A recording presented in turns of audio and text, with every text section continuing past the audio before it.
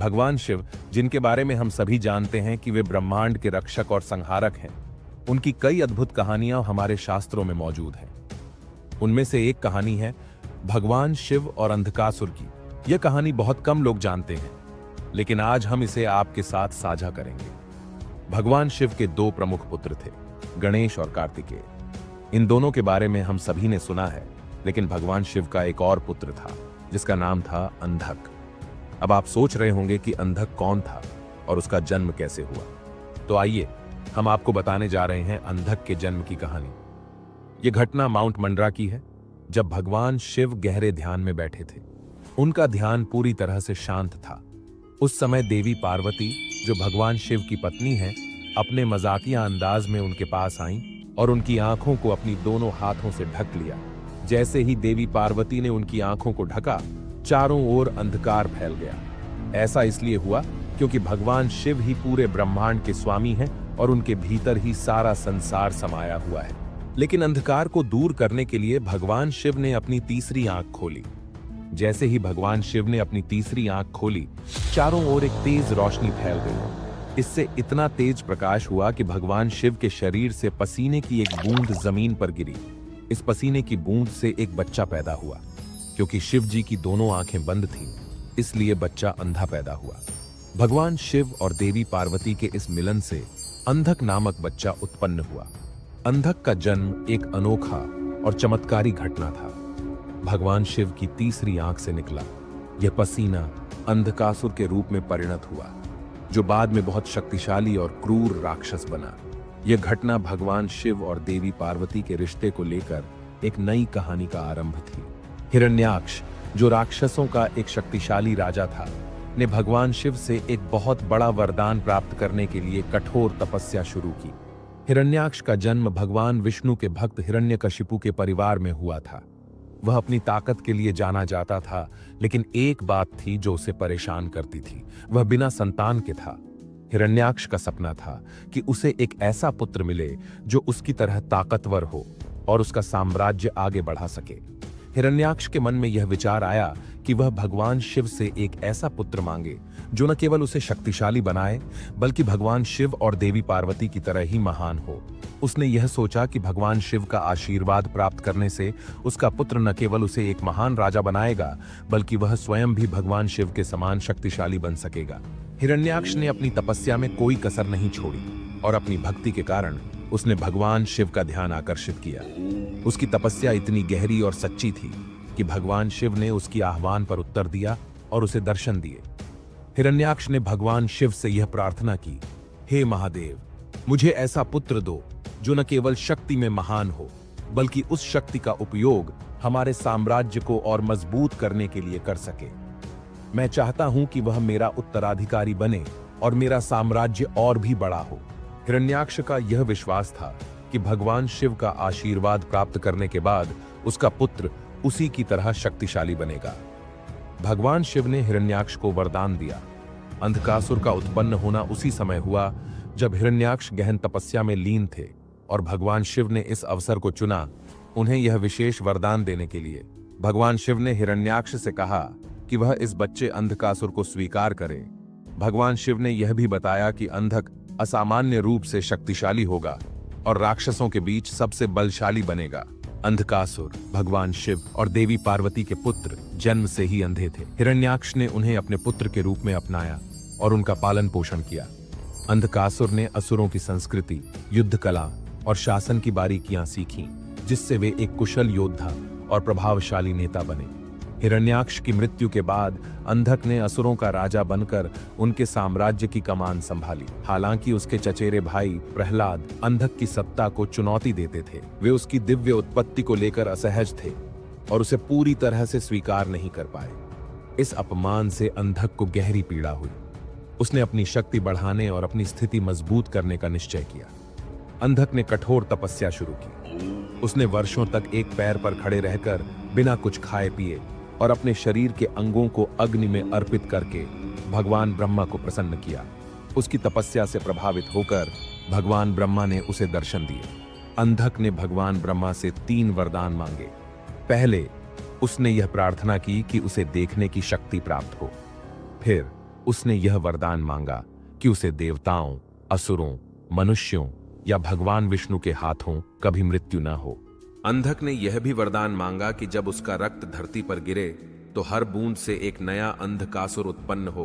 भगवान ब्रह्मा ने अंधक के वरदान को स्वीकार कर लिया, लेकिन साथ ही यह भी कहा कि हर जीव का एक निश्चित समय पर मृत्यु होना अनिवार्य है। उन्होंने अंधक से पूछा कि वह अपनी मृत्यु के लिए कौन सी शर्त रखेगा।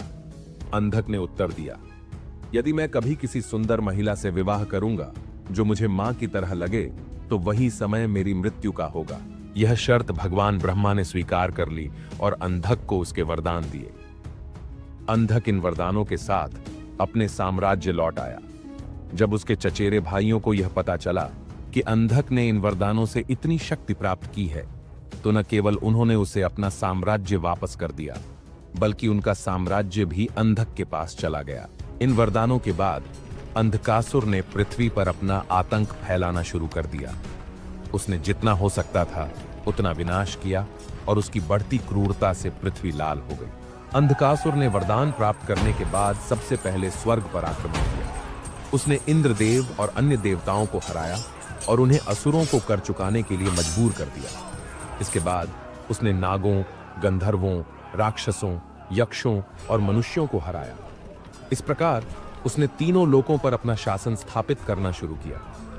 अंधकासुर ने लाखों वर्षों तक शासन किया और इस दौरान वेदों के धर्म को भारी नुकसान पहुंचा, क्योंकि उसने कभी भी धर्म का पालन नहीं किया।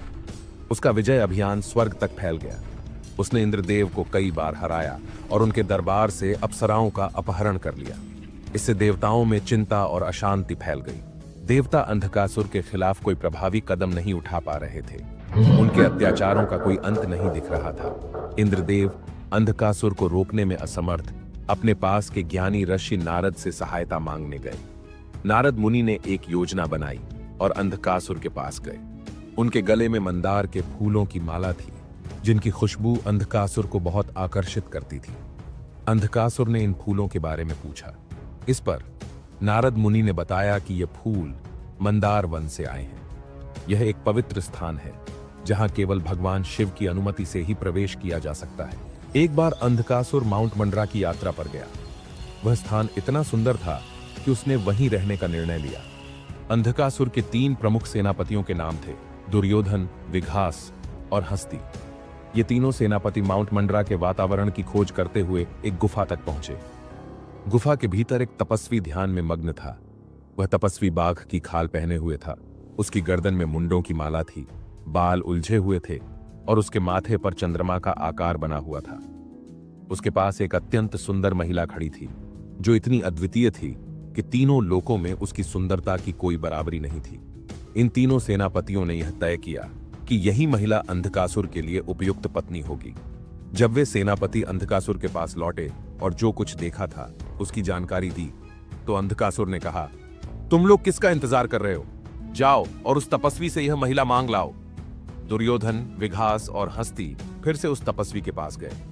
उन्होंने कहा, तुम तो केवल एक साधारण तपस्वी हो, तुम्हें इतनी सुंदर पत्नी का क्या अधिकार? हमारा स्वामी अंधकासुर, जो समस्त ब्रह्मांड का स्वामी है, इस महिला के लिए अधिक योग्य है। उसे ब्रह्मा से वरदान प्राप्त हुआ है। हमें यह महिला दे दो ताकि हमारे स्वामी अंधक उसे अपनी पत्नी बना सकें। तपस्वी ने शांत स्वर में उत्तर दिया, तुम अपने स्वामी को कह दो कि वह स्वयं आकर इस महिला को ले जाए। वह तपस्वी और कोई नहीं बल्कि स्वयं भगवान शिव थे, और वह सुंदर महिला कोई और नहीं बल्कि देवी पार्वती थी। जैसे ही अंधकासुर ने भगवान शिव के शब्द सुने, उसका गुस्सा और भी भड़क उठा।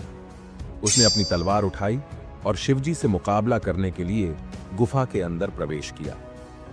गुफा का द्वार नंदी द्वारा संरक्षित था और अंधकासुर को पहले नंदी से लड़ना पड़ा। नंदी ने अपनी अपार शक्ति से अंधकासुर और उसके सैनिकों को आसानी से पराजित कर दिया, लेकिन अंधकासुर हार मानने वाला नहीं था। वह बार बार लौटता रहा और यह संघर्ष सैकड़ों वर्षों तक चलता रहा। भगवान ब्रह्मा, विष्णु, इंद्र और अन्य देवता असुरों को हराने के लिए सहायता करने पहुंचे। युद्ध की कठिनता और बढ़ गई जब राक्षसों के सेनापति विघास ने अपनी पूरी ताकत से देवताओं पर हमला किया। विघास ने अपना मुंह इतना चौड़ा खोल दिया कि उसने देवताओं और यहाँ तक कि भगवान विष्णु को भी निगल लिया। अब तक भगवान शिव सीधे युद्ध में शामिल नहीं हुए थे, लेकिन जैसे ही उन्हें यह खबर मिली, वह अपने वाहन नंदी पर सवार होकर युद्ध भूमि में पहुंचे। उन्होंने अपने त्रिशूल से विघास का वध किया और देवताओं को उसके पेट से बाहर निकाला। राक्षसों के पास गुरु थे शुक्राचार्य, जो मरे हुए असुरों को पुनर्जीवित करने की कला जानते थे। वह युद्ध भूमि में इधर उधर घूमते हुए मरे हुए असुरों को फिर से जीवित कर रहे थे। यह देवताओं के लिए एक बड़ी समस्या बन गई, क्योंकि जैसे ही एक असुर मारा जाता, वह तुरंत फिर से जीवन पा लेता। शिवजी के भक्तों ने शुक्राचार्य को पकड़ लिया और उन्हें भगवान शिव के पास ले गए। भगवान शिव ने तुरंत शुक्राचार्य को निगल लिया, जिससे मृत राक्षसों को पुनर्जीवित करने का सिलसिला समाप्त हो गया। इसी बीच युद्ध में एक और बड़ा खतरा सामने आया। राक्षसों का एक भयंकर सहयोगी, जिसे गजासुर या नील के नाम से जाना जाता था, प्रकट हुआ। गजासुर ने एक विशाल हाथी का रूप धारण किया और भगवान शिव पर अचानक हमला कर दिया। इस अचानक हुए हमले ने युद्ध को और भी जटिल बना दिया। नंदी ने गजासुर के आने की जानकारी तुरंत वीरभद्र तक पहुंचाई। वीरभद्र भगवान शिव द्वारा उत्पन्न एक महान योद्धा, शक्तिशाली शेर के रूप में युद्ध भूमि में उतरे। वीरभद्र ने गजासुर से भयंकर युद्ध किया और उसे हराकर मार डाला। फिर उसने गजासुर की खाल को भगवान शिव के पास प्रस्तुत किया, जिसे भगवान शिव ने अपनी विजय का प्रतीक बनाकर पहना। यह घटना यह दिखाती है कि भगवान शिव के भक्तों का सहयोग और वीरभद्र की ताकत ने राक्षसों के खतरों से निपटने में महत्वपूर्ण भूमिका निभाई। इस बीच भगवान शिव ने अंधकासुर से युद्ध किया, लेकिन युद्ध की स्थिति और भी कठिन हो गई, क्योंकि अंधकासुर के शरीर से निकलने वाले रक्त की एक एक बूंद से और भी अंधकासुर पैदा हो रहे थे। भगवान विष्णु की गदा और इंद्र के बाण भी अंधकासुर को कोई नुकसान नहीं पहुंचा सके। अंधकासुर हंसते हुए भगवान विष्णु और देवताओं के प्रयासों का मजाक उड़ाता था। उसकी हर रक्त की बूंद से एक नया अंधकासुर मैदान में प्रकट हो जाता, जो उसकी ही तरह शक्तिशाली और विनाशकारी था। युद्ध भूमि जल्द ही अंधकासुर की नकल करने वाले असुरों से भर गई। हर बूंद रक्त से एक नया अंधकासुर उत्पन्न हो रहा था और युद्ध का परिणाम अनिश्चित हो गया था। भगवान शिव, जिनकी शक्ति अपार थी, अब इस स्थिति से निपटने के लिए और भी बड़ी योजना बना रहे थे। भगवान शिव और अंधकासुर के बीच भीषण युद्ध के दौरान भगवान शिव को एक बड़ी चुनौती का सामना करना पड़ा। अंधकासुर के शरीर से गिरने वाले प्रत्येक रक्त की बूंद से नए राक्षस उत्पन्न हो रहे थे, जिससे शत्रु बल में तेजी से वृद्धि हो रही थी। स्थिति की गंभीरता को समझते हुए भगवान शिव ने महसूस किया कि रक्त को पृथ्वी पर गिरने से रोकना अत्यंत आवश्यक है, ताकि नए राक्षसों का जन्म न हो सके। इसी समस्या का समाधान करने के लिए भगवान शिव ने सप्तमातृकाओं को आह्वान किया, जो 7 दिव्य माताएं थीं, और प्रत्येक देवी एक प्रमुख देवता की शक्ति का प्रतिनिधित्व करती थीं। ब्रह्माणी, वैष्णवी, माहेश्वरी, इंद्राणी, कौमारी, वाराही और चामुंडा ये 7 माताएं थीं, जिनकी उपस्थिति युद्ध भूमि पर दिव्य शक्ति से भरी हुई थी। जैसे ही सप्तमातृकाएं युद्ध भूमि में प्रकट हुईं, उन्होंने अपनी महाशक्तियों का प्रदर्शन करना शुरू कर दिया। भगवान शिव ने जब अंधकासुर पर प्रहार किया, तो सप्तमातृकाओं ने उसकी रक्त की हर बूंद को पृथ्वी पर गिरने से पहले ही पकड़ लिया और उसे पी लिया। इस प्रकार नए राक्षसों के जन्म को रोकते हुए उन्होंने युद्ध की दिशा ही पलट दी। युद्ध के अंतिम क्षणों में जब सप्तमातृकाएं अंधकासुर के रक्त को संभाल रही थीं, भगवान शिव ने अपना अंतिम प्रयास किया। उन्होंने अपनी अपार शक्ति इकट्ठी की और अपने त्रिशूल से अंधकासुर को भेद दिया। भगवान शिव ने अंधकासुर को त्रिशूल पर पकड़े रखा, ताकि बचा हुआ रक्त भी पृथ्वी पर न गिरे और उसे धीरे धीरे नष्ट किया जा सके। इस प्रकार सप्तमातृकाओं की सहायता से भगवान शिव ने अंधकासुर को हराकर ब्रह्मांड में संतुलन और व्यवस्था को फिर से स्थापित किया।